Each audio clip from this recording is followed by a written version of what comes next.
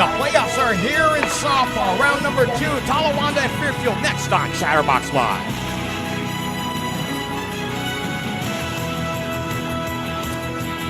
Along with the mighty one, Reid Mouse, I'm Geoff Kim. Thanks for joining us here on Chatterbox Live. A beauty of a day here this afternoon. And a beauty here as we expect two high-scoring teams this afternoon to really get after it. Yeah, it's two great teams. These two teams met in the postseason last year. It was a good one. I expect a good one tonight as well. Coming in, Talawanda scores just about 10.2 runs a ball game. That is a snootful, but not to be outdone terribly. On the other side for Fairfield at 8.4, you're talking about two of the best scoring teams in this entire area. Well, if you want some action, this is the ball game for you because we're going to see a lot of run scores, a lot of people running the bases, a lot of base hits. That's what you like, and you can't ask for much better in the second round of the OHSAA tournament. So both teams have finished up their regular season. Talawanda comes in with a record of 18-8. They're 10-4 in the SWAC this year, the Southwestern Ohio Conference.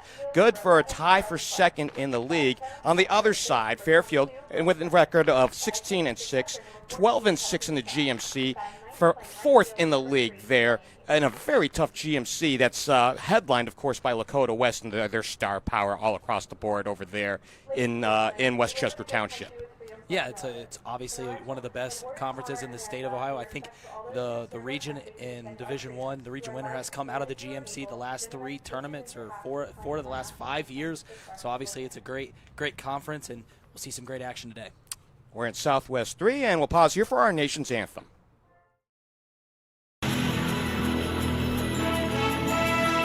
We're just mere minutes away from the start of this ball game here in Fairfield this afternoon between the Brave of Talawanda and the Indians of Fairfield. Along with the mighty one, Reid Mouse, I'm Geoff Kim. And if you're ready now, let's go ahead and give you the starting lineups here in this ball game. Let's start with the visiting team first, with the Talawanda Brave, and with a record of 18-8. They were 10-4 in the Southwestern Ohio Conference this year. Scott Davies, their fourth-year coach, as Talawanda is the 11th seed as we are taking action here in Southwest 3. Leading off is Kaylin Wright, as you see with the lineup here, followed by Lilia Iden and Haley McDade.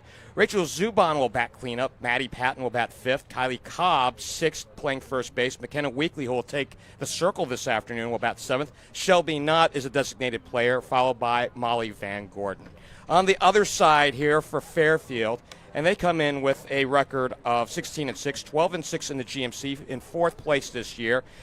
Their head coach is Brenda Steger in her 25th year at the helm, and you see there the starting lineups: Jessie Matthews at shortstop, Kara Stacy at second, Ava Hensley, the center fielder, followed by the cleanup batter, Abby Stanfield. Ryleigh Peters, the pitcher today, will bat fifth. Carly Clark in left field, batting sixth. Brooke Miller will get the start today at first base, batting seventh. Kelsey Machad is behind the plate, and batting ninth is Jillian Huey. She'll be in right field. So we can't wait for this one. Andy Douglas, the home plate umpire this afternoon. Matt Kleiner here will take the bases, as you see down out at our overhead view, as the head coaches got a moment to talk. Got a chance to talk with both coaches at length this afternoon. And by the way, I have to give a lot of props to Scott Davey. I stood next to the man, and that man is cut. Yeah, that was the first thing I noticed about Coach Davey when he was, hitting the infield. I was like, oh, this guy's pretty well put together, and unlike us two, right? Well, you've got it a little better advantage on me. I know we did have the interior shot on this. At least you still have some deltoids and biceps to show off. I, on the other hand, could use a little work in the gym. Game time temperature, by the way, powered by Bartell's Heating and Cooling. A balmy 87 degrees, 44% humidity. The winds are east-northeast at about 7 miles per hour. As far as we're concerned here in the ballpark this afternoon, it's a little bit of a cross breeze that we've seen. Now it's a bit of a swirl that's pushing in towards the press box. So, again, powered by Bartell's Heating and Cooling. Be sure to get your AC checked right now. Has your AC been checked, by the way? It better be working well. It has not been checked, but it better be working well on days like today. We're at Creekside Middle School in Fairfield, and a beauty field. In fact, this is my first gander of the field, Reid, and the fact that you and I have an overhead view from a press box, and of course you get that shot down towards the field itself, it really does tell you how clean the field really is, and the playing conditions are really good, especially on a day like today, high sky. Yeah, they've got really nice facilities over here. This is the former high school before they built the senior high school down there on Route 4. And right next to us through the woods is actually the baseball field. And both are tucked away nicely inside of the woods. And just a great facility here at Fairfield. They're always top-notch here in Blankenship. The athletic director won't have it any other way. Ryleigh Peters will get the start today on the circle, making her 19th appearance. She's pitched 100 2/3 innings, given up 98 hits, 65 runs, 47 earned, 24 walks, 128 strikeouts. She's 12-6 this year with a 3.27 earned run average. So she'll take to the hill. The right-hander comes up, and it's funny, we do mention the hill. I mentioned the hill. That's going to be a faux pas, by the way, for the rest of this ball game. She lets fly on the first pitch, swing and a miss, 0-1, and away we go here in Fairfield. Kaylin Wright is a .422 hitter. She's at the plate. She scored 30 times this year. Righty batter checks in. Here's a 0-1, and this one rides high, and we even up. It's Wright to be followed by Lily Iden and Haley McDade. Just getting underway here in Fairfield. Infield playing straight up on the right-handed batter as she waits, as she takes a little change of pace. Got the outside corner, so says home plate umpire Andy Douglas. It's 1-2. And you guys aren't being fooled out there. They are wearing very similar uniforms out on the field, both wearing the white jerseys with the red trim. Swing and a miss. Got a piece of it, maybe, and then fouled back, and they'll complete the strikeout down to first. So the outplay goes 2-3 on the strikeout, and we're one down here in the visiting first inning. Yeah, it was a clean strikeout. Mashad behind the plate just didn't catch it cleanly, so she had to just step on out. It was an easy put out, and a nice start to the game for Peters. We mentioned Wright coming into this ball game with 128 strikeouts, which I believe is good for third in the league. She's got a really powerful arm, though her head coach, Brenda Steger, really didn't talk about her power as much as she talked about deception and pitch placement, and this one fouled away, 0-1. Lily Iden is a .535 hitter. Mercy, 2 home runs, 17 runs batted in. Nice power and speed combination. Yeah, this Talawanda team, you mentioned how many runs they scored, and though it's kind of an outdated stat, it still holds true. A .410 batting average as a team this Talawanda Brave team has. Back to the circle. Wright has the play over to first and throws out Iden. 2 down. Yeah, quick 1-2 for Peters out there. You can't ask for something better in a tournament game against a highly potent offense like the Talawanda Brave. And this really is a murderer's row type of offense with high batting averages all over the place, but they're not just built on batting average. They do have power. Haley McDade steps in. She's a .446 hitter, has a home run and 32 runs batted in this season. As she waits, takes, and caught the outside corner, 0-1. A little bit of a delayed call at home plate by Andy Douglas. Matt Kleiner has the bases this afternoon. 0-1. Fastball rides well away, and we even up. One of the things that I was doing a little homework, partner, in coming into this ball game is about the leg drive and the toe plant, right? Because what that does is that sets up where the release point comes from. Here's the 1-1, and the fastball rides inside, 2-1. Yeah, unlike a pitcher on the mound, and not completely unlike, I should say. Softball pitchers work so much on momentum, right? They start behind, they toe the rubber, they come through, and that windmill action really gives them a lot of power, and that's how they've got to work up there in the circle. We even up on the follow away by McDade. Should she get on, it'll be Rachel Zubon, and boy, you want to talk about power at the plate, she's got that. 2-2 the count to Haley McDade. Wright trying to retire the side in order, and this one's in the air into shallow right field, but it'll play actually shallow, and it'll be gloved by the second baseman, Kara Stacy, and the side's retired in order. We go to the home first. It's Talawanda 0 and Fairfield coming up here on Chatterbox Live.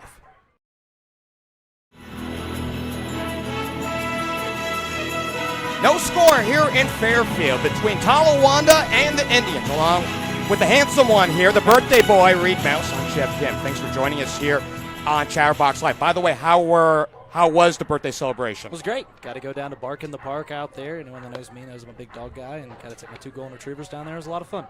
Did the wife come along too? The wife did come along. She didn't like having to take care of one of our big dogs, but it is what it is.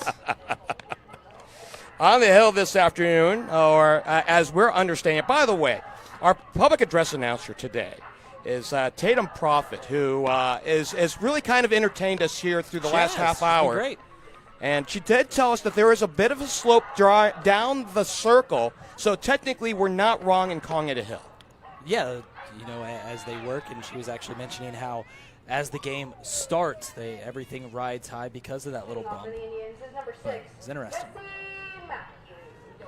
So McKenna Weekly gets a starting assignment this afternoon.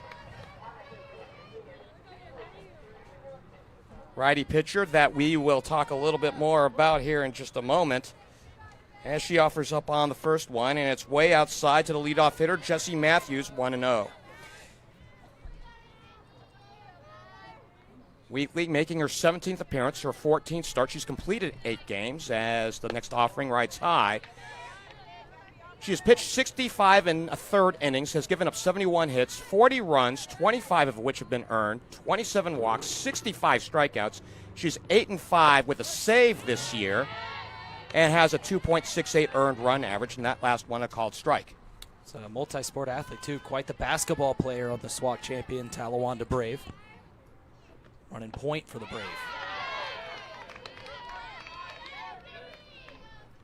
There's a strike, and Matthews is down in the hole. 313 hitter, has scored 23 times this year, and swing and a miss.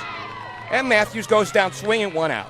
Yeah, good job. Fell behind 2-0 and came back, gave her 3 pitches to challenge Matthews to come back in that at-bat and got a nice strikeout. Nice little momentum going here in the bottom half of the first. Kara Stacy's the 1-out batter, 438 hitter this year. Has got a home run and 18 runs batted in. Righty batter at the plate and takes a little change of pace. One drops over the corner. That one looked a little outside partner. Yeah, I don't know if the home plate umpire is letting everyone inside the box know that's a strike, but the call that he's representing to the crowd is very late. He gives that fist up. You see it after the pitch almost sometimes is thrown back. And oftentimes when umpires do that, they'll let you know, like, hey, that's a strike, and then tell the rest of the crowd that it's a strike. But it's going to catch us by surprise a few times today.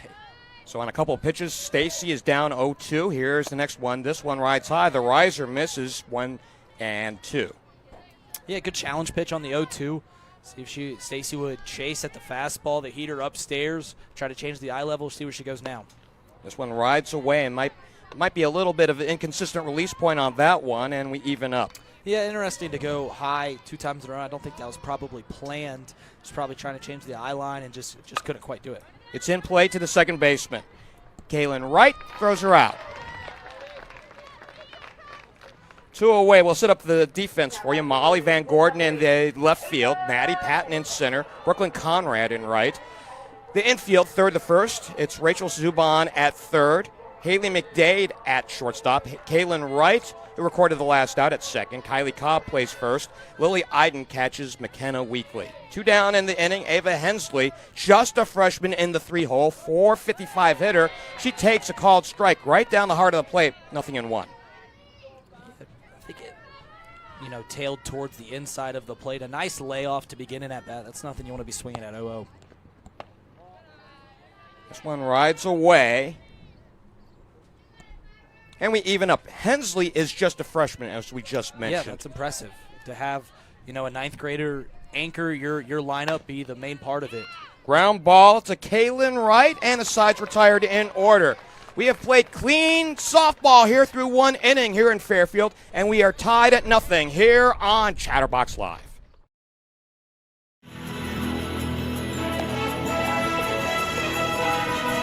To the second inning we go, and both teams have set aside the order in the first. Along with Reid Mouse, I'm Geoff Kim. Thank you for joining us here. It's playoff softball here on Chatterbox Live this afternoon. A beauty, as we had mentioned. 87 degrees at game time. I was in the car partner coming on in, and my thermometer in the car, whether you believe car thermometers or not, that's debatable. But I saw it go from 87, 88, 89, and it hit 91. And I'm like, what are we, throwing fastballs here this afternoon in this May? Yeah, you mentioned the authenticity of a car thermometer. I often wish that I could take my temperature back when I was a kid with a car thermometer. To get out of school, sometimes say, I've got a fever. Car thermometer says I'm sitting 102. Here's Rachel Zubon at 481 as she digs in and waits on the first offering from right. And here it comes, and it's pulled foul, strike one. It's Zubon, followed by Patton and Cobb. Yeah, first pitch swinging for Zubon. The heater on the inside half was out in front of it, sawed her off. See if they work away or if they continue to pound the inside half of the zone. Zubon steps pretty much right on top of the plate. By the way, I beg your pardon, I misspoke here. Peters, and this one grounded foul again. This one a little closer to the line and nothing in two. Yeah, they're working the inside half of the zone through the first two pitches and doing a good job at eliminating the power of Zubon. Now, when you pitch on the inside half, you open yourself up if they do get around on it to some big flies, but you can also eliminate the powers if you get it in tight enough. Two-strike pitch is a waste pitch outside, 1 and 2. Zubon, we mentioned, hitting 481. She's homered 3 times this year, has driven in 39. Big-time power threat, best returning hitter, all SWAC from a year ago. Yeah, this is a Talawanda team that's only improved this season. Foul, will do it again. So the first two pitches inside, the 0-2, they worked on the outside away, try to see if Zubon would chase at something she didn't offer. They come right back in, pounding the inside part of the zone. This seems like this is the game plan to the Talawanda Brave cleanup hitter to work that inside half. This one's in the air to center field. Fairly deep, but captured by the freshman Hensley, 1 down. Sent it for a ride. She certainly did. Didn't get all of the barrel on it, but put it basically out there about 5 feet away from the fence and just missed that one away from making this game 1-0. Maddie Patton steps in, and while we're waiting for her to step in, the outfield looks like Carly Clark in left, Ava Hensley in center, Jillian Huey in right. We'll give you the rest in a bit. Got a little bit of contact, and now picked up by the pitcher, and she'll throw on to first, 1-3 on the outplate, and just like that, there's 2 down. Yeah, check swing that kind of caught everybody by surprise. Patton, aborted that swing at the last second. Said she didn't want to offer at it, but it was too late. She got it on the inside half, and nice play there. Here's the rest of the infield. Abby Stanfield at third, Jessie Matthews the shortstop, Kara Stacy at second. Brooke Miller gets a start at first. Kelsey Michaud catching Ryleigh Peters. Swing and a miss, 0-1. Kylie Cobb is a .441 batter, has had a home run to her credit with 30 runs batted in. How would you like a .441 hitter in the 6th hole? Here's a strike one offering. Foul back. Off to the right. Is it still in play? Out of play. And you're mentioning all these stats. I was almost dumbfounded when I called that Lakota West game a week ago. Their first 3 batters all hitting over 600. KK Mathis, by the way, is a marvel. Yeah. Heck of a ball player. They have a leadoff hitter, and I think I'm going to have to remember names as we go. Hummel. Belle Hummel. Foul back. Belle Hummel's in that group, and so is Molly Grace. And I think KK Mathis is leading in home runs. I think, if I recall, Grace is leading in RBIs, and this is in the GMC. And Hummel is just a wonder from a speed threat up top.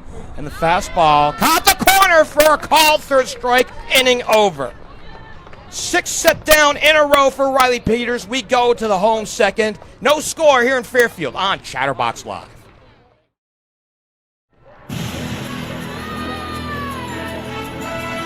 To the bottom of the second we go. 4, 5, and 6 coming up for the home team Fairfield. No score here in Fairfield, and this one cuts right through the heart of the plate for strike one. McKenna Weekly on for her second inning of work. Righty pitcher deals, and this one rides high, and we even up. Weekly throwing to Lily Iden, who's getting to call pitches, and that is a big honor to have if you're a young player, especially if you're not a senior. Here's the next offering, and the little change of pace, missing outside. Yeah, no doubt about it. Not a whole lot of coaches trust their catchers to call pitches, and then it's always an honor when you get that honor. Lily Iden is a junior, and a swing and a miss, we even up. Stanfield to be followed by Ryleigh Peters and Carly Clark.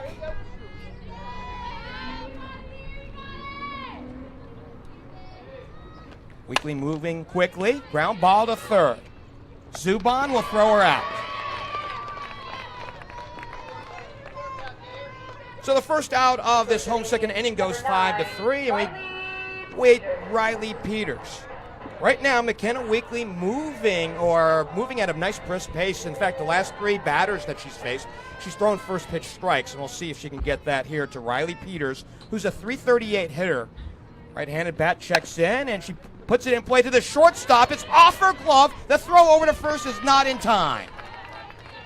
Yeah, good job by Peters, jumping on the first pitch she saw and sending it out in that 6-hole. Tough play for the infield, gave her a single on that, but just a nice job by the pitcher trying to get some offense started. I think we've seen the first, what was it, 8 batters retired, or no, 10 batters retired in the ball game. Finally, we have a base runner here in the second inning.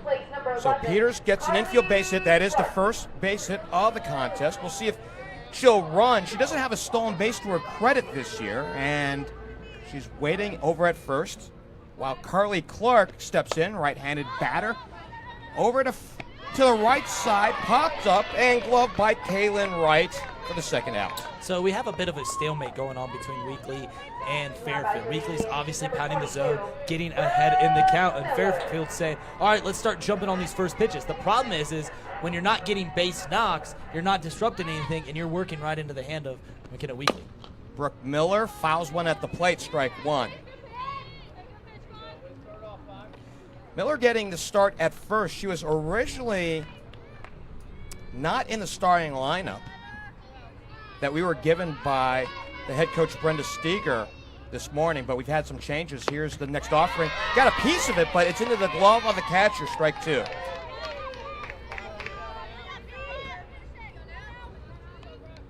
Brooke Miller waits, swings, and misses. And that's a side. A hitter, runner left. We go to the visiting third inning. No score here in Fairfield between Talawanda and the Fairfield Indians here on Chatterbox Live.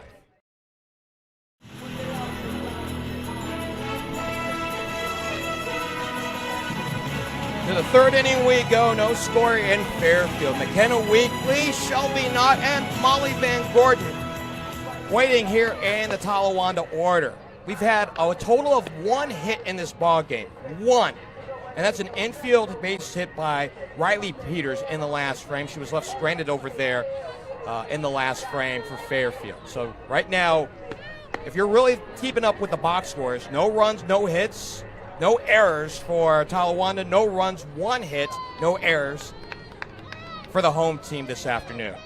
Yeah, we've seen just 1 base runner to this point. And that was just last inning. Other than that, we talked all about the offense that both these teams are presenting this season. Haven't seen it through the first 2 frames, and that shows just the kind of pitching matchup that we've seen.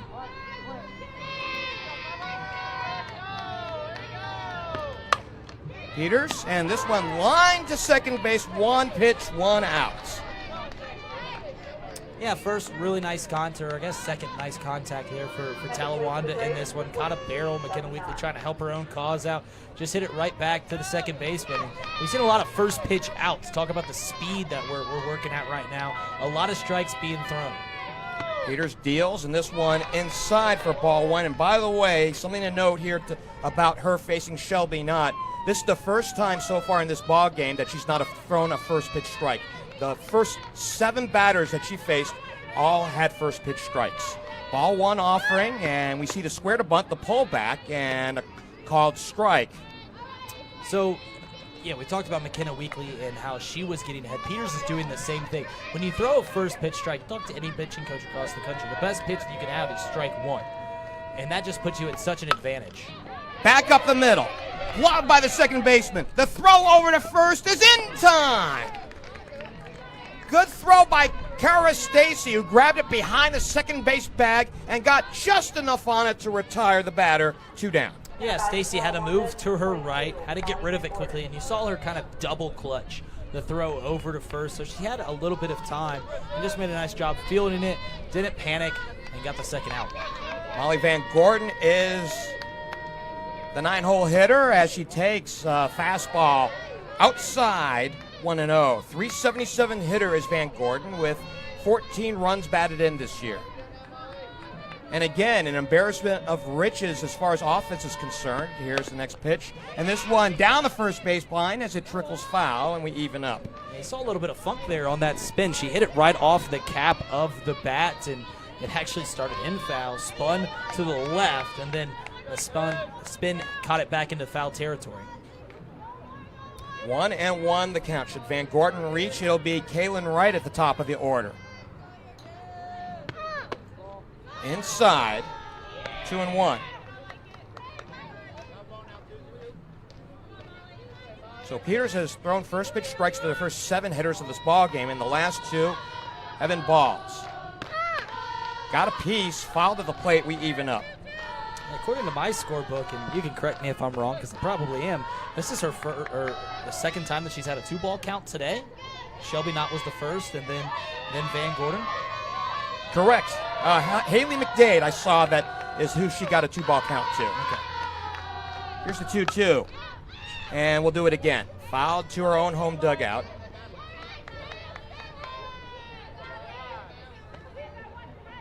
Coach Steger, by the way, in coming into this ballgame, talked about today being the start of a new season, and it's live or die today. Those are strong words.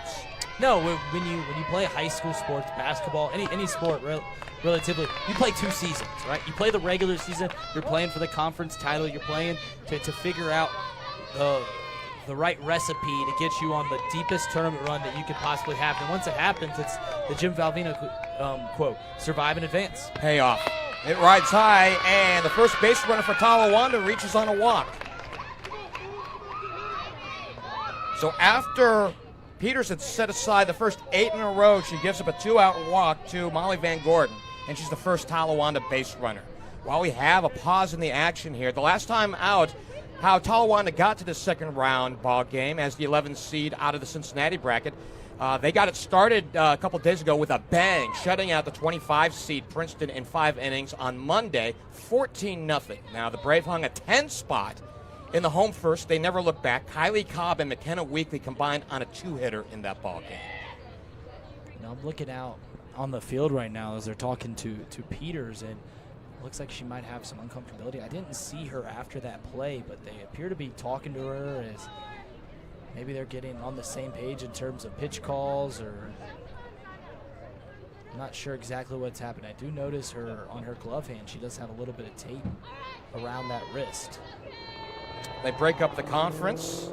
She seems to be all right, but to your point, it did seem like it might have been more discomfort as the reason why we had the conference call instead of strategy. Well, nothing was going on, and you're facing, back to the top of the order, but it just seemed like an awkward time to have a conference call.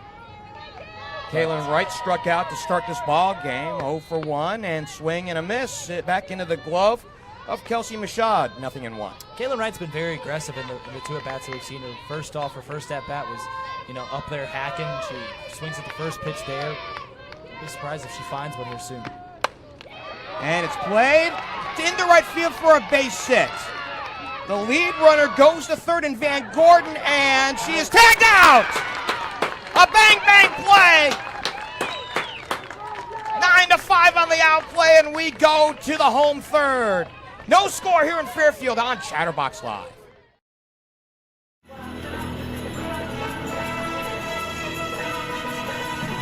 Pitching and defense punctuating this one here in Fairfield this afternoon. No score between Talawanda and Fairfield. Glad to have you around for this second round game in the playoffs, along with Reid Mouse on Geoff Kim here on Chatterbox Live. So we go to the home third, and it's 8, 9, and 1. So Kelsey Michaud followed by Jillian Huey, and then back to the top with Jessie Matthews. If you look at all the wins and successful teams, you'll see a correlation in the bottom half of the order setting the table for the top half, getting everything set up to let the guys up top or the girls up top to bring in the runs. All 1 to Michaud. Starting catcher, open stance, and lined and off the glove of the second baseman, and Mashad is a base runner. Mashad was a late entry into this one, right? She was originally not going to be hitting into the lineup. Correct. And all of a sudden, an injury happened before the game, and she gets her first at bat and hits one right on the screw. Second baseman doesn't come up with the play, and got a leadoff base runner.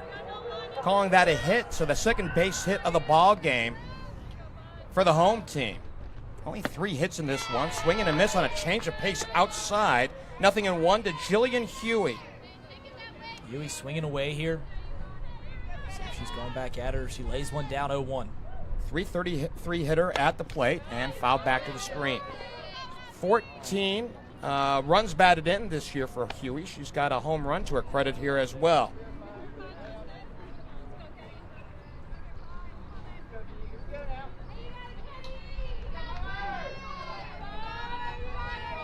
Big open hole out by second base, and this one flared in to right down the line and foul out of play. And nice job by Huey. She's being aggressive against Weekly. Weekly throwing a lot of strikes, pounding the zone. Eventually, Fairfield, if they keep taking hacks, Weekly's going to make a mistake at some point. A bouncer in the dirt, 1-2. Yeah, just released it way too early. Just bounced well in front of the plate, trying to get something to offer out on the 0-2. Huey was being aggressive, so I like almost the waist pitch. See what she comes back with. Back to the screen, we'll do it again. We mentioned Talawanda in the top of the frame, how they got here. It was a first-round bye for Fairfield. They're the 5 seed in this contest.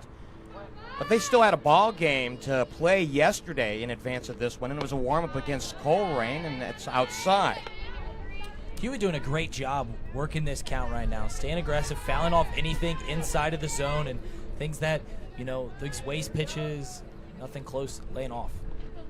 The next offering, low. I think we've gone full. So we mentioned a win yesterday, a non-tournament game yesterday, 15-3 in 5 innings over Coleraine. Off to the right side, in foul territory, out towards the dugout. We'll do it again. So the Indians got long balls from Jillian Huey, Ryleigh Peters, and Abby Stanfield, putting up 4 in the first in that ball game right here in Fairfield, and then 7 in the second, and they rolled away to the win. Payoff. Lined over the second baseman, base hit. And here comes the lead runner going to third. And they'll wave him in. The ball was misplayed, 1-0 Fairfield. So it was misplayed in the outfield, and that allowed the runners to move up. So what looked like a base hit to right turns into a leg triple that drives in the first run. Yeah, so the base hit was just stung really well out to right center field, got past the right fielder all the way to the fence.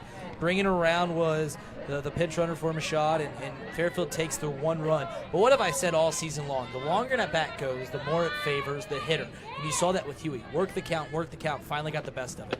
Swing and a miss for Jessie Matthews, 0-1. But now Fairfield has the top of the order up with a runner on third base, nobody away. Lined into center field and gloved by the center fielder for the out. Here comes the run home. Here's the play at the plate. Save, 2-0. Nice job all around, really by everybody. Matthews did a good job doing her part, sending something up in the air. Huey did a good job tagging up, going home, but really nice job by Patton out in center field for Talawanda, putting a nice throw right on the screws towards home, just a hair late, and Fairfield's up 2-0. Good job by Matthews to get one in the air to center field to Maddie Patton, and a good throw home was there, but a good job sliding in underneath the tag for Huey. So now it comes down to Weekly. Bases are cleared. You gave up 2 runs. So what? Ground ball to second. Kaylin Wright throws her out, 2 down. It's a good comeback. After getting the sac fly, got the first out, you say, all right, bases are cleared, like I said. What are you going to do come back now? Throw strikes, do what's got you to this point in the ball game. And she did just that, got a second out. Ava Hensley's the 2-out batter. A ground ball to second to end things back in the home first. 2-0. Bases cleared off on the sac fly, and this one rides away 1-0. The winner of this game will take on the winner of Kings and Harrison. That's also going on right now. That's a 7-9 game, and this one caught the inside black, 1-1. And again, a bit of a delay call by Andy Douglas at home plate. 1-1 the count. This one a little faster, a little bit more outside, 2-1. Should Hensley reach, it'll be Abby Stanfield.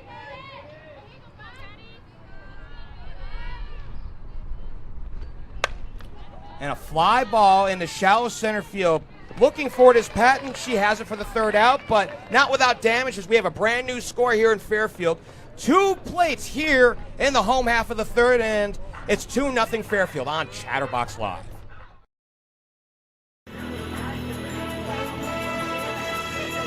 Ryleigh Peters has staked to a 2-0 lead as Fairfield has the lead for the first time this afternoon. As we had mentioned in the last frame, the winner of our game will take on the winner of the Kings-Harrison game. That's a 9-7 game. And the winners will meet at Hamilton High School next Monday. That's May the 16th.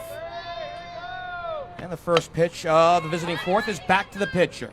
1-3 on the put out as Ryleigh Peters throws her out, 1 down. Both pitchers doing a great job just working the strike zone, getting ahead in the count, and really forcing the hitters to make a decision. Hey, do I want to work the pitch count up on the pitcher, or do I want to take advantage of these first pitch strikes? Haley McDade is the one-out batter. She popped out to end things in the home first, and that's a called strike. Touch the outside black, 0-1. McDade to be followed by Rachel Zuban. But the story right now is on the slight hill, the circle, Ryleigh Peters. And this one is a high fly in the shallow left. It'll drop in for a base hit right in front of Carly Clark. And that's a second base hit, the second base runner this afternoon for Talawanda. Yeah, nice job there by McDade. She got sawed off, and that's been Peters' MO, is working the inside of the power threads in McDade and Zuban. But a good job of McDade just almost muscling that all the way out into shallow left field for the flare base hit. So Zuban has 39 base hits this year. Coming into this ballgame, 39 for 81. 9 doubles, 3 triples, down the line! And foul, not by much. That one was a 50-50 ball right over the third base bag, but it's just a loud strike. Yeah, Zuban doing a good job of, if you're gonna work this inside half, you're not gonna saw me off. I'm gonna get the barrel around on it, and she just keeps fouling it off. Eventually, one's gonna slip over just a little more onto the plate, and Zuban's gonna put a barrel on it. 9 doubles, 3 triples, 3 home runs this year for Zuban. Swing, got a piece of it, but back into the glove of Kelsey Machad, and it's 0-2. Peters not shying away either in the circle. She's going right after these hitters. 0-2 to count to Rachel Zuban. Here it comes, and it's on the outside. And she is rung up. Again, the late delayed call by Andy Douglas at home plate, and that's a strikeout. So I mentioned it early on. This is a pet peeve that I have as a catcher sometimes, is those delayed calls. But he is letting, I faintly heard him say, yep, that's a strike, before signaling it to the rest of the crowd. Third strikeout for Peters, and the fastball rides way high. The riser misses, 1-0. Maddie Patton, 0 for 1. Grounded back to the pitcher in the... 2 frames ago now, back in the second. Patton with Kylie Cobb waiting on deck. That one missing outside, 2-0.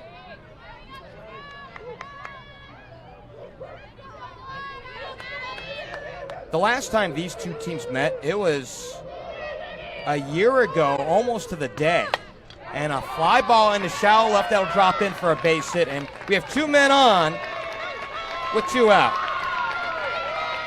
Yeah, nice job by Patton. Once again, sending it over the shortstop's head. Really nice swing, compact, stayed on it all the way through, finished her swing. And now there's runners on first and second. You've got the tying run aboard. Now can Cobb find a gap and see if we get a couple runs in. Cobb struck out looking to end things in the second. 0 for 1. And Peters deals. Swing, foul back to the screen. 0-1. Peters is just so reliable in getting that first pitch strike, isn't she? I mean, just pounding the zone. And I mentioned it. You've got to make a decision as a hitter. You can take that, but then you're putting yourself at a disadvantage hitting-wise. But if you just hit it right to somebody for an out, then it's just working right into the hand of Peters. Off to the right side, out of play, right towards the dugout, and just like that, Cobb's down 0-2. Got to give a lot of credit to her pitching coach relationship with her relationship with the pitching coach, Emily Breithole, who has helped her mature this year, has helped her out with the whole repertoire.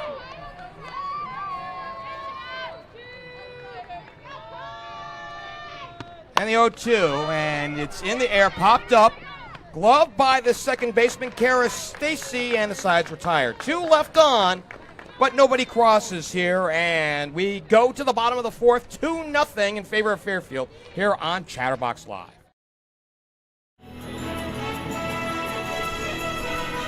To the home fourth we go. 4-2 is your score. Beg your pardon. 2-0 is your score as we go to the home fourth. Fourth inning. Fourth inning. Fourth inning, 2-0.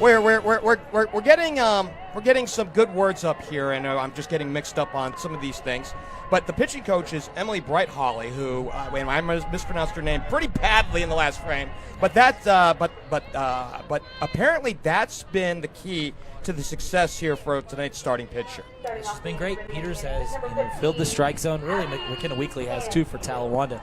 Both pitchers have done a nice job in the circle and continuing to do so. It's just a matter of when these offenses are going to show up and hang a crooked number on the board. And you saw it too. I consider a crooked number of 3 or more. But the first team to do that is going to put themselves in a great position to win. Abby Stanfield will lead things off here in the home fourth inning. Grounded out to third the last time up and swinging on the first pitch and gets himself a base hit. Fourth base hit of the ball game for the home team. At the plate for the Indians is number 9. Yeah, good job. First pitch swinging, just nice, simple line drive to center field. Good job. By the way, I got to say, I like the walk-up music for Ryleigh Peters. Swing and a miss on the first offering, 0-1. In the air tonight. You know how big of a fan I am. I was going to say, you're a big Phil Collins fan, and you bigger Phil Collins or Genesis fan? I think if you ask me today, it's probably a bigger Genesis fan. Here's the 0-1 pitch. Check swing. Just a bit outside, and I think we even up here. 1-1. So, as kind of a side note on what Reid knows about me here, Phil Collins or Genesis, I saw Genesis last November and December 5 times. Fly ball into center field. Angling right, has some carry, and it gets past the center fielder. And this one, the outplay, 8-6. 8-4 on the outplay, beg your pardon, from the center fielder who had just got by, but Patton was able to pick it up and throw it to Kaylin Wright for the out.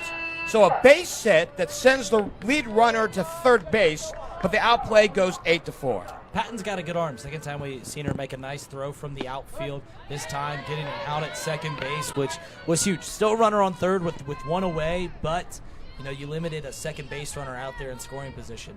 Now Fairfield's got to get the runs in. Swing and a miss.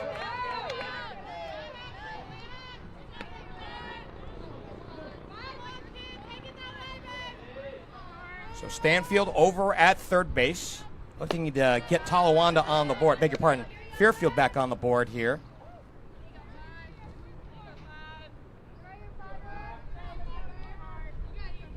Carly Clark at the plate, and she waits, and it's downstairs. Weekly has 2 strikeouts on the ledger already. He's looking for number 3 to prevent that run from coming around and scoring. Well outside. It's Clark to be followed by Brooke Miller. Fairfield trying to pad the lead. Here's the pitch outside. Up bat for the Indians Miller. Miller struck out the last time up back in the second, 0 for 1. As you can see, a slightly open stance. Our overhead view doesn't really show the open stance as much as we see it. As he takes down low, squirts away from the catcher, but recovered by McKenna Weekly. And Stanfield will stay put over at third base. Yeah, Clark moved up to second on the wild pitch. That eliminates any chance for a traditional double play. We can see it in a multitude of ways. Got a piece of it.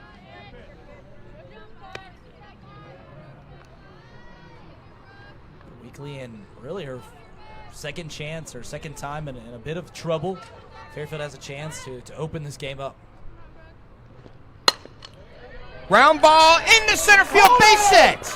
In comes one run. In comes the second run, 4-0 Fairfield.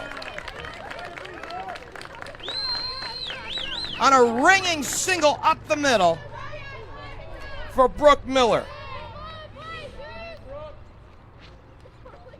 Yeah, nice job by Brooke Miller. You know, she's working towards the bottom of the order, but you get runners in scoring position. She brought them both home, just put the barrel on the ball and, you know, let the rest do the work. Swing hard and let it figure itself out.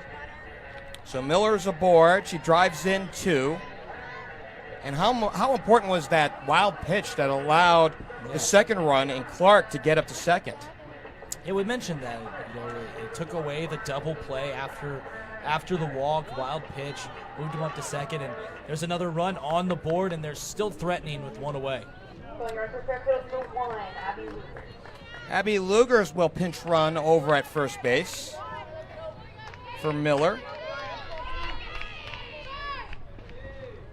And the first pitch goes to Kelsey Mashad. It's a called strike.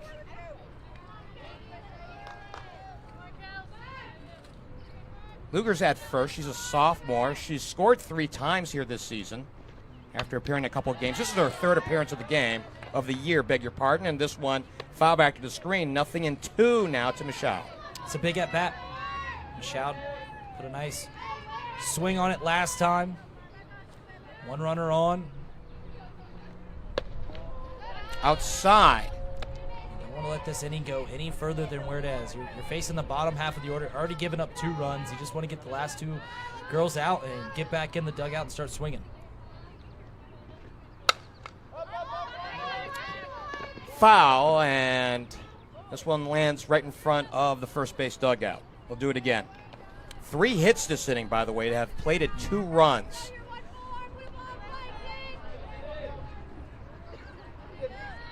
And right now we are waiting to see Talawanda's offense, which we'll see in the top of the frame, come to life. And this one down and away.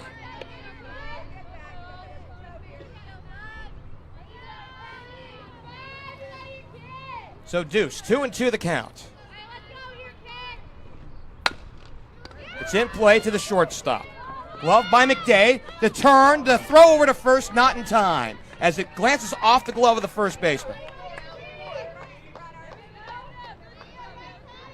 Yeah, chance for the double play there. They couldn't convert it. Just too high of a throw on over to first base, but Weekly did a good job inducing that weak contact up the middle.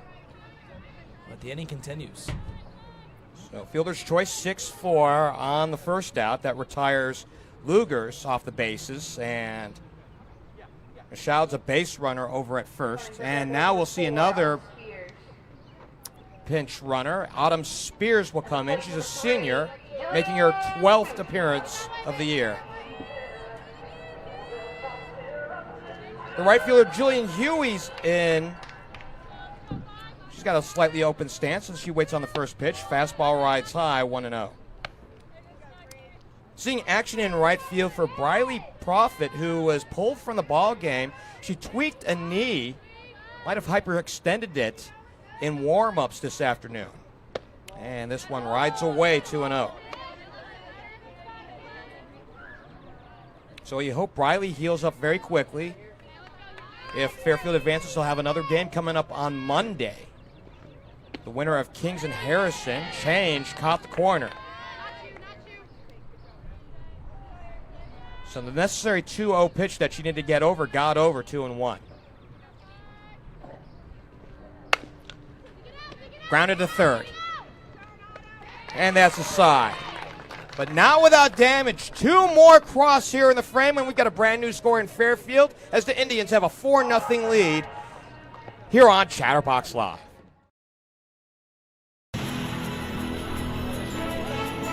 4-0 here in Fairfield as they continue to shut out the Talawanda Brave on 4 base hits. Along with Reid Mouse, I'm Geoff Kim. Thanks for joining us here on Chatterbox Live. Second round action here in the softball playoffs.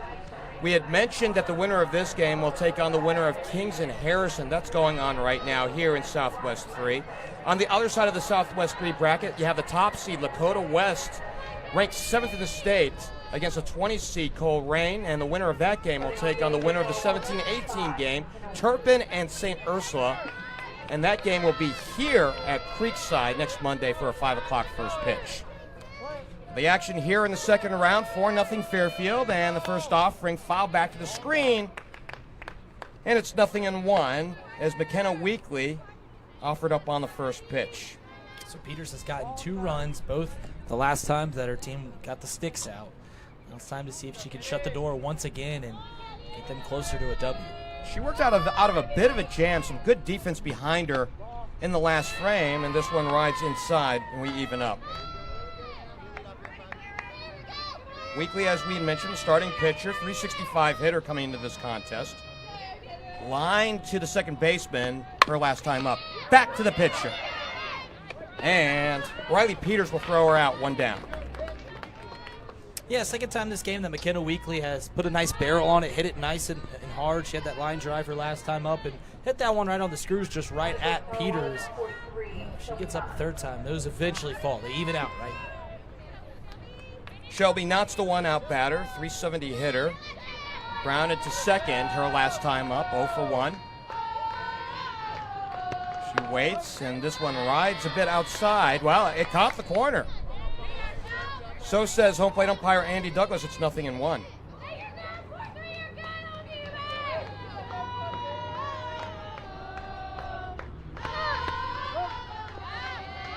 Caught the inside corner, and just like that, Knott's down 0-2. We mentioned Brenda Steger, who's the head coach here. Coming in, this is her 25th year. Unofficially 494 wins on the docket, and this one rides outside. So we were talking momentarily this morning about 500, and while she didn't say outright that she preferred not to talk about it until after the season, she is proud of the accomplishment, and this one fouled away. And, you know, it's possible with a deep playoff run. 500's on the docket this year. Yeah, that is a deep playoff run, which I know Fairfield has that on their eyes, but wouldn't that be something? They got a good team this year, and this one swing and a miss. 2 down.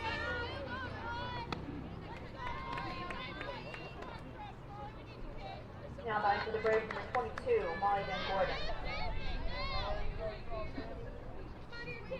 4th strikeout of the ballgame. At least that's the count that I have right here. 4 strikeouts here for today's starting pitcher, Ryleigh Peters. And the first offering is put in play to third. Grounded to Stanfield, who will retire her and set the side down in order. We are through 4.5. 4-0 Fairfield on Chatterbox Live.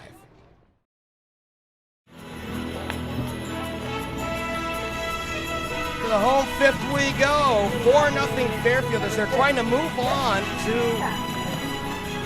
the third round of these playoffs here in Southwest 3. Of course, they do have a tough hurdle to climb, and it's not to diminish them. And in fact, one thing that Coach Steger had talked about was how her team, with the second time going around the GMC, has improved. And the only teams that they've lost to this year have been at the top of the league. Lakota West, Oak Hills, and they've got some outstanding players over there, by the way. Yes, they do, certainly. You mentioned KK Mathis a little bit ago, and the first pitch of this home 5th rides off the plate, ball 1. Yeah, not to get off point there, but back to McKenna Weekly. You know, earlier in the game, she was having a lot of success, throwing a lot of first pitch strikes. Back to the pitcher, and a beauty by McKenna Weekly for the first out. And since then, although she got the out right there, she started falling behind in counts. And we've talked at great length about this in our broadcast, about how, getting ahead in the count, falling behind in the count really sways in at bats, both in baseball and softball. Off to the right side, foul, strike one. Kara Stacy has grounded back to the second baseman twice, 0 for 2. We mentioned KK Mathis for Lakota West, Molly Grace and Belle Hummel. That's a fantastic threesome out there. And then Oak Hills has a fabulous pitcher as well. Swing, and this one, the riser, she can't get it. Now, correct me if I'm wrong, but I think both times that Oak Hills beat Lakota West, it was like a 1-0 ball game. It was a very low-scoring affair. I'm going to tell you that my old eyes are a little hard to see on the schedules that we had put up. 1 and 2.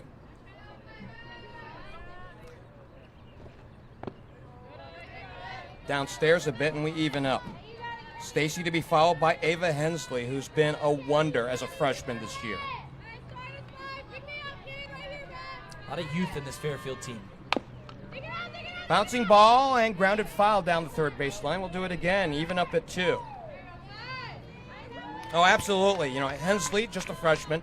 And then Stanfield, who's a sophomore, batting cleanup. So you think about the power that's going to come from the 3-4 hole for the next couple of years between those two players. That's going to be something good for the head coach, Brenda Steger. Outside, we go full. I think this is only the second full count that we've seen from today's starting pitcher. Back to the pitcher.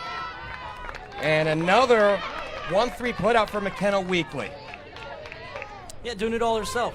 Got the line out the first time, got the comebacker there, and Fairfield doing a nice job, hitting it on the screws, but just right at Weekly. She's playing her position very nicely.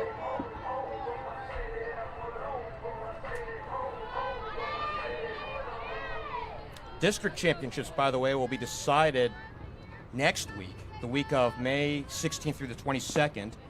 And the pitch is a bit downstairs to the freshman Hensley, 1-0.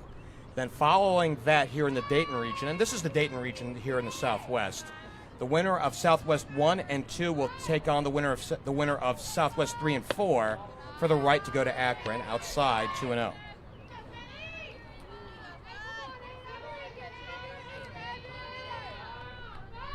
Fairfield's in the catbird seat so far here in this ballgame with a 4-0 lead, and this one just missing the corner, 3-0. Yeah, got to come back now. Hensley trying to get something going with 2 away here, but Weekly trying to get back in the dugout. Weekly deals, and she gets it over for a called strike, 3-1. So softball really well into the second round here as far as the playoffs are concerned. Hit off the right side and fouled into the screen, and we go full. Yeah, ball 4 right there. Hensley just offered at it, fouled it straight back, but now Weekly's got another chance to get out of this inning. Hensley letting this at-bat continue. Down and away, and Hensley's a base runner. See how long Weekly stays in there. She's done a nice job, only giving up 4 runs, scattered them across 4 2/3, but also has began to lose control as the game has gone on. Left-handed power hitter Abby Stanfield, who homered yesterday, takes down and away. So again, you mentioned the youth, freshman over at first base, sophomore at the plate. Ryleigh Peters is a junior who is waiting on deck. 1-1.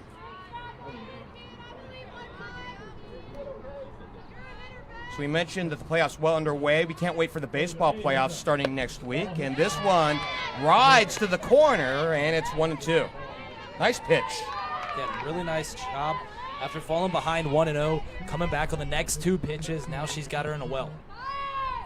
1-2 the count. Weekly deals off the corner, just a bit low and outside, and we even up 2-2. Yeah, really nice 1-2 pitch, just a hair outside, trying to work that heater away from her. Here's the deuce pitch, and ring her up. Struck out looking, and we go to the visiting 6th inning. 4-0 Fairfield here on Chatterbox Live.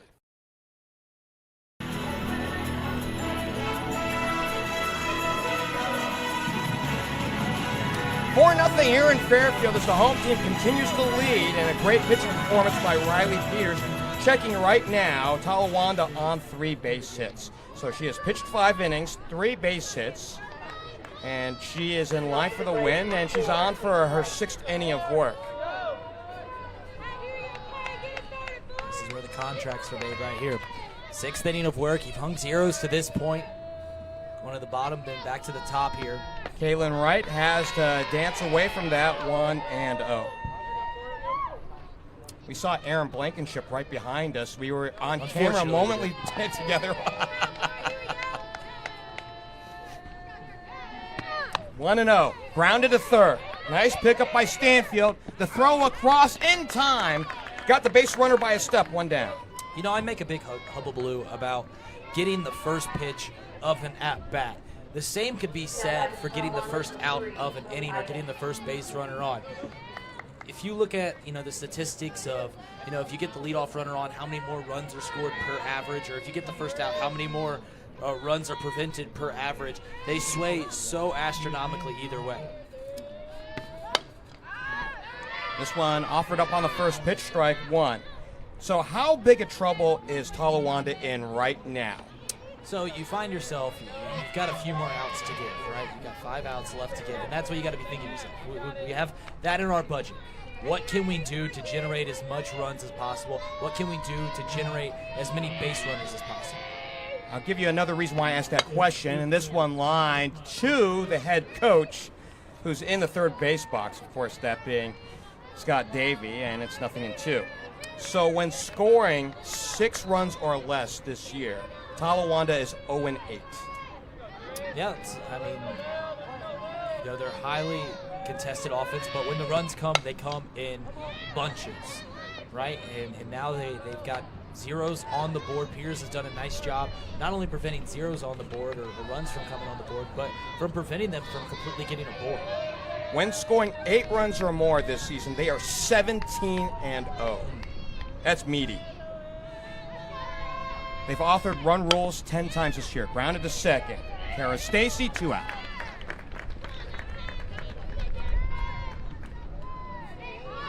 Yeah, I mean, it's no secret, this game. You can people tend to overcomplicate it, and right, it should. It is a complicated game, but at times the basis is still simple. Outscore your opponent, right? That's the simplicity of the game, and when you're putting up 8 runs a game, you make it very hard to lose. And they've done a good job when runs come, they come at lots. But the problem is when you're feast or famine, you need someone to get the ball rolling downhill. You need someone to say, all right, the buck stops here. Let's get a couple girls on, and let's get some runs across. 1-0 to Haley McCade on a pitch inside, and it's grounded to Stanfield. Her toss across, and we've got 6 shutout innings this afternoon for Ryleigh Peters. She has shut down the last 7 in a row. We go to the home 6th. 4-0 Fairfield on Chatterbox Live.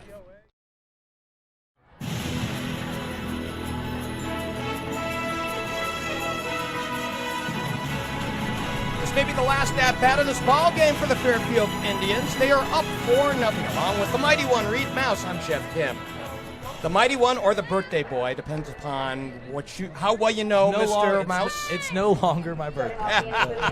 Yeah, I know it's 2 days ago, but you know what? There's a moratorium, and considering that the last time I saw you was a week ago Monday, and I didn't get the chance to wish you a happy birthday in person, this is about as good as it gets. Well, if I start celebrating my birthday longer than just the day, I turn into my wife who celebrates it for an entire month. But and ball 1 to Ryleigh Peters. It's Peters, Clark, and Brooke Miller. So you don't subscribe to the birthday week or the birthday month? I do not. I'll give you weekend at best. Okay. So the rise ball missing upstairs. 2-0.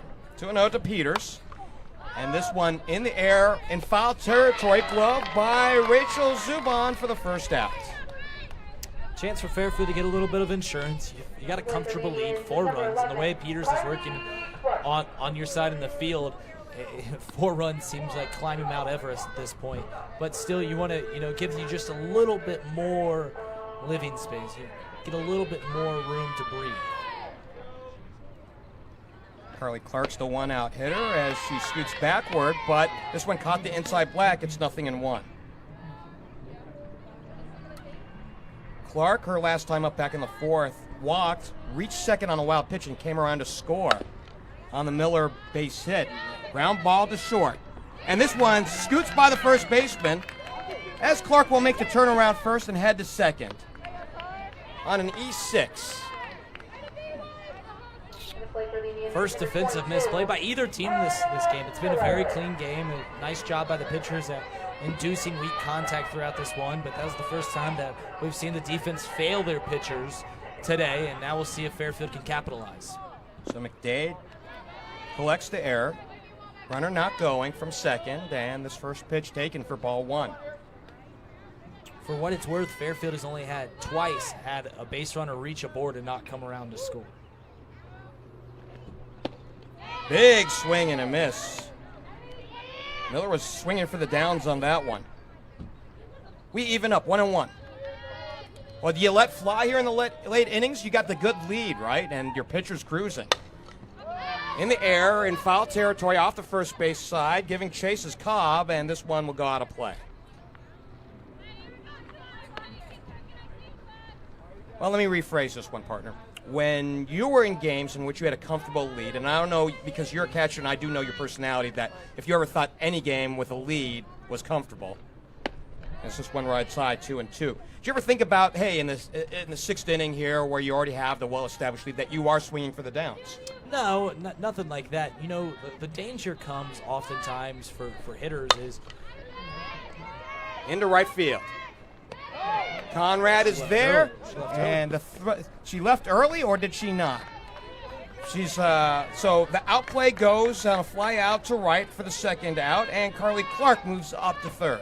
For just purposes, I did replay that fly ball. Let's see if she did leave early. So here comes the catch. She tags up. Yeah, she left early, it appears. I'm not going to appeal that one. So Clark's at third with what could be the 5th run of the ball game. And Michaud, who is at the plate, has scored a run back in the 3rd inning, is at the plate. 1-0. It's in the air to center field. Giving chase is Patton, and she catches up to it, runs it down, and that's a side. 3 more outs here coming on up, possibly for today's starting pitcher, Ryleigh Peters, and we'll have that next here on Chatterbox Live.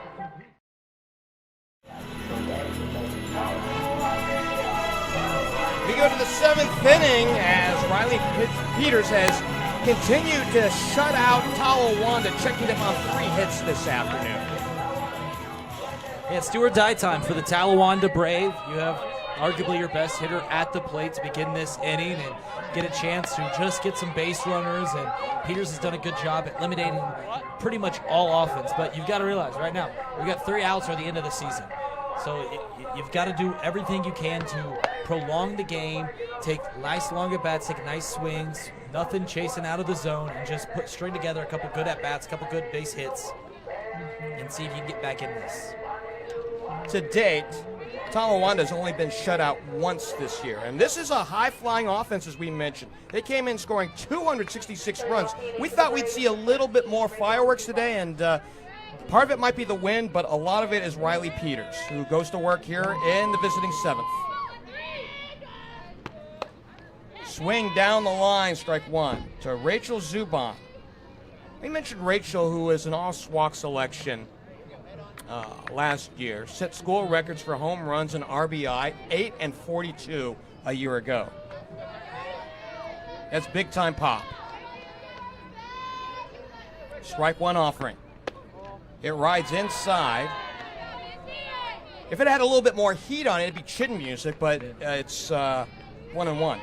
Yeah, I've mentioned this entire game. She's done a beautiful job at backing Zuban off the plate, working that inside half of the strike zone. And she pulls one down the line as it drifts foul and out of play, strike 2. And Zuban's not shying away from it. She's still getting around the ball, getting the barrel on it. The problem is when the pitch is so far inside, you've got nowhere to put it but foul. You're either going to get sawed off and hit something weak into fair territory, or you're going to get the barrel around and it's going to be well foul. Foul again, and this time to the head coach, Scott Davey, who we mentioned in our top of our broadcast is a workout hero. My gosh, I'd like to be as built as this guy. By the way, this will be his last year coaching girls golf and boys basketball. He will carry on coaching softball. He's going to become Talawanda's principal in the next school year. Man of many hats. Well-versed, loquacious. I mean, he whenever I asked him a question, he gave me a very detailed response. We'll do it again. Did it get her? Actually, it got her. So she did swing, and now she's out. Yeah, so it hit her, not the bat. If it hits the bat, it's a foul ball, but the person is not associated with the bat. So when you swing and miss as it hits you, it's just a swing and a miss. Doesn't go on and to strikeout. So the first one down on strikes the tough way as she literally ran into a pitch but missed it with the bat.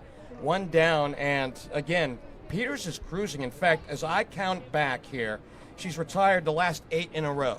Yeah, I have to go all the way back to the 4th inning with 2 away before the last time that someone reached a board. And Peters, I've almost gone to the world's end talking about what a great job she's done against Zuban, but she just really, all the way to the end there, working the inside half, she had nothing to do. Still got a protracted conference. Yeah, they're going to talk about whether they hit the bat or not. I mean, that's the only thing you have to discuss. So right now, if it stands, that's 5 strikeouts this afternoon, authored by Ryleigh Peters. While we have a moment, by the way, we were expecting to see Briley Prophet, who was in the lineup in right field. Now, she had twisted a knee, hopefully nothing beyond today, but she's out of the lineup today. But we want to give some love to our public address announcer, her sister Tatum, who's her twin sister. Is she the better are you the better looking one? Yeah. And the fastball rides high.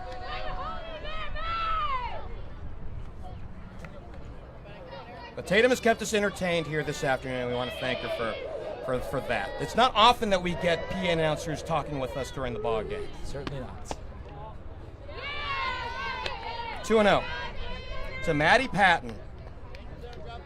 Talawanda is down to their last 2 outs of the season.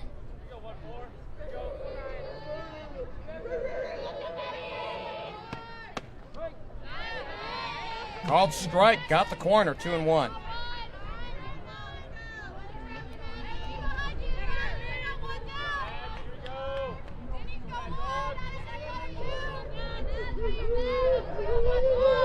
Ryleigh Peters working on a gem. This one cuts through the heart of the plate, but down low. Andy Douglas gave it a long look, and then he gave it a longer look after that, 3-1. Missed downstairs. Evens up the count at 2-2. We'll see if Patton puts a nice swing on it. Peters has come back in these situations. And a line drive in the left field. Base hit collected by the center fielder, Ava Hensley, and Maddie Patton's the 1 out base runner on the base pass. Yeah, 1 aboard, 1 away here. And that's what I'm talking about, fighting all the way to the last breath. You don't want to go down without a good fight. That's a 4th base hit this afternoon given up by Ryleigh Peters. And that brings up the streak, 8 in a row. Yeah, it is the second time that she retired 8 consecutive batters. She started off the game with 8 consecutive outs. She's done a good job. Now it's time to see if Talawanda can string 6, 7, 8 together. So Mia DeMuth is a senior, and she's in the pinch run.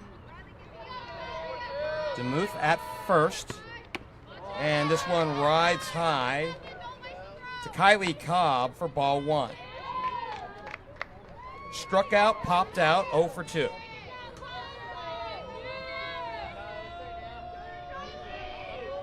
As Ryleigh Peters has been cruising so of way, a minute, or rather an hour, 17 minutes deep into this one. 2-0. Well, it's not over till it's over, right? That's certainly not the case. I mean, it doesn't take a whole lot for 4 runs to score at the high school level. Swing and foul back to the screen, 2-1. Well, they really need to catch up. They need to get on the board to start really getting a little bit more comfortable, because while nothing's an absolute, when scoring a run or less, or when they've scored 1 run or they've been shut out this year, they're 0-2. So they've only been in 2 of those games. But when scoring 2 or 3, 0-2. When scoring 4 or 5, 0-3. Then 1-1 when scoring 6 or 7.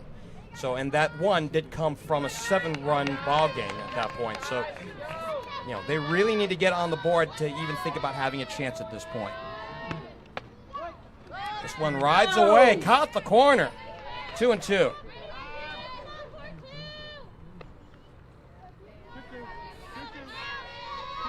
Ryleigh Peters working on a 4-hitter, has struck out 5 in this ball game. Should be looking for a ground ball right here, 2-2 count. Put something in the zone, see if you can get it on the ground. It's in the air, fouled off to the right side. We'll do it again. Cobb's done a nice job fouling pitches off around the zone, but she's got to finally put something in play.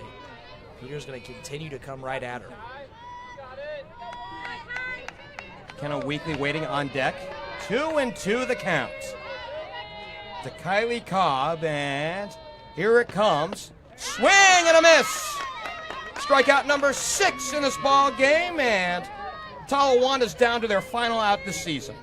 So it's going to go down to the pitcher versus the starting pitcher. Weekly versus Peters, 2 away, 1 on. You're down 4. Peters looking to strike out the side and close this thing with authority.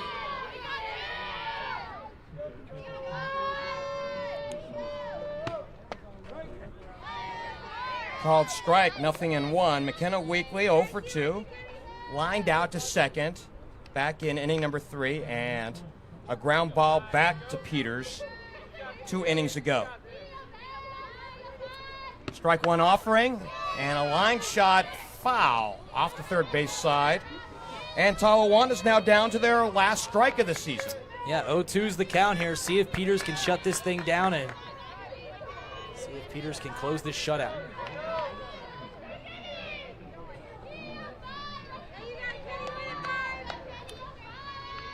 Strike 2 offering, here it comes, and fouled at the plate. We'll do it again.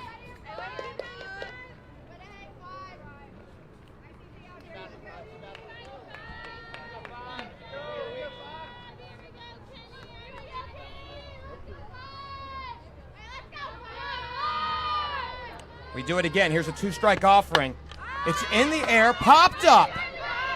Calling for it is the pitcher, and it's dropped. They throw over to third, and it gets by. A run's going to score. No, maybe. We will get the stop sign from Scott Davey at third. So what could have been the game's final out was dropped by the starting pitcher, Ryleigh Peters. It's an error, the first one of the game for Fairfield. Wow. Could have closed it out for the game right there. Peters had it in her glove. I don't know if she took her eyes off it for a second, just squeezed it a little too soon, but Talawanda's staying alive here. Got 2 runners in scoring position. Peters still fine. She's still working on a shutout. One out away from that, and 4 runs to give up. We got a conference call. Brenda Steger's in the center circle, talking with her infield. Not much of a conference here at the center circle. She got her point across, and now Ryleigh Peters will go to work on Shelby Knott, who represents the final out of the season. Now batting for the Braves, number 17, Maria Rowe. Actually, we have a pinch hitter. 17 is Maria Roll, junior, right-hand batter, waits. And here's the first offering, and it hits her, and we're loaded. And the tying run's at the plate. Yeah, so we go down to the tying run. Coming up to the plate, looks like we're going to see another pinch possibly a pinch runner for roll. It goes back to that pop-up in the infield, and it being dropped just prolonged the game, and sometimes it takes a little luck. One swing can change everything. Molly Van Gordon in the 9-hole is talking with her head coach, Scott Davey. Yeah, Van Gordon, not much of a power threat on her 26 hits this season. She's a great hitter, 377, but only 2 extra base hits. So she's just not going to be looking to do too much, just continuing the game one more batter. For what it's worth, Van Gordon has walked 45.5% of the time. So if she can perpetuate the inning, even with a walk, reaching base, we just saw the last hit by pitch, and the first offering rides away. Ball 1. The tying run is at the plate. Yeah, found the outside part of that strike zone. It was a late strike call. So good job of getting ahead of Van Gordon. So it is 0-1. It was a bit of a high strike on the outside. Here's the strike 1 pitch, and nothing and 2. Yeah, Van Gordon late there. See if she comes back with the heater.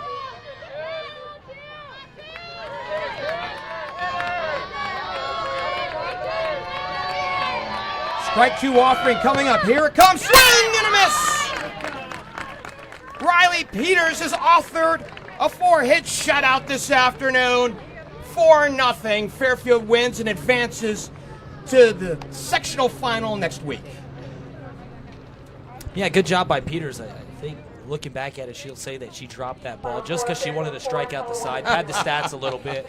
But she gets the shutout regardless. Just made everyone of the Fairfield faithful breathe a little, have a little heart murmur there. But regardless, she does a nice job in the circle today. Command the strike zone throughout it. Fairfield just does enough offensively to get them the win, and they carry on their continued great season. 4 runs today for Fairfield, which was enough on 6 base hits. They got an error left on for this afternoon. On the other side, for visiting Talawanda, who ends their season today, no runs on 4 base hits, 1 error, and they left 6 on, and they left half their base runners on in the deciding 7th inning with the tying run at the plate. A nice finish after the way it looked like Peters was cruising. You mentioned she had retired 8 in a row twice here in this ball game. She gets the win here today and goes the distance, and a fine effort by her. Play of the game powered by Headline Sportswear. Partner, what's your pick? I have Jillian Huey's double back in the 3rd inning that got the first run across, and that proved to be all that they needed today, as Peters was masterful inside the circle on the rubber. You know, we talk about play of the game. The player of the game has to be Peters. I mean, did a nice job offensively, you know, doing a good job of making McKenna Weekly work, but a masterful performance getting the shutout today. And an outstanding effort this afternoon in a game that went 1 hour and 22 minutes. I mean, that's a fast one. Partner, I just got you home for dinner in time. Yes, you did. The one thing I can say about slow pitch or fast pitch softball, I used to tell this story back when I was playing college baseball. We would start a baseball game in a doubleheader, and the softball team would literally get a doubleheader done before we finished our first game, and they started after us. And it's quicker games, a lot more action. Fast pitch softball always has a place in my heart. Ryleigh Peters improves to 13-6 on the year. Again, a fine effort on the 4-hitter going the distance. McKenna Weekly pitched very well, gave up a couple runs in the middle innings in, I believe, the 3rd and the 4th, but really shut it down after that. She's the hard luck loser, finishing her season at 8-6. Partner, your final thoughts on this one as we look ahead to a couple different things. One, the sectional and district title games next week in softball, and the start of the playoffs next week for baseball. Yeah, a lot of good, first-round matchups in baseball. But as for the teams that we saw today, Talawanda had a great year. They won, I believe, 18 games. A great season, and they've got some players coming back, a lot of youth. But this Fairfield team is going to be a tough out. I mean, especially with Peters pitching for them. Anytime she's on the rubber, they're going to give her team a beautiful opportunity to win. Partner, it was a fun one. Can't wait for this weekend as we talk a little bit about baseball for a second. And I'm gonna throw this one out there. Saturday night, you and I should have a fun one here also in Butler County. Yeah, it's one of the best rivalries around. If you've never been to a Baden-Hamilton game, that's a community that really cherishes baseball all the way up from Little League, from Westside Little League, all the way through the high schools. And both high schools have had great success, in history and in the reigning years or recent years. And I can tell you what, that Alumni Field will be absolutely packed on Saturday night. And we can't wait for that one. First pitch at 7 o'clock. Reid, Mouse will be there. I'll be there. And we can't wait to see you out there in Fairfield as well. Speaking of Fairfield, they win this one in shutout fashion here this afternoon, 4-0 on a 4-hit complete game by Ryleigh Peters. She improves to 13-6. McKenna Weekly for Talawanda drops her record to 8-6. Fairfield moves on. They'll be in the sectional final next Monday. For the Mighty One, Reid Mouse, I'm Geoff Kim. We'll see you for Baden and Hamilton on Saturday night. Good night from Fairfield.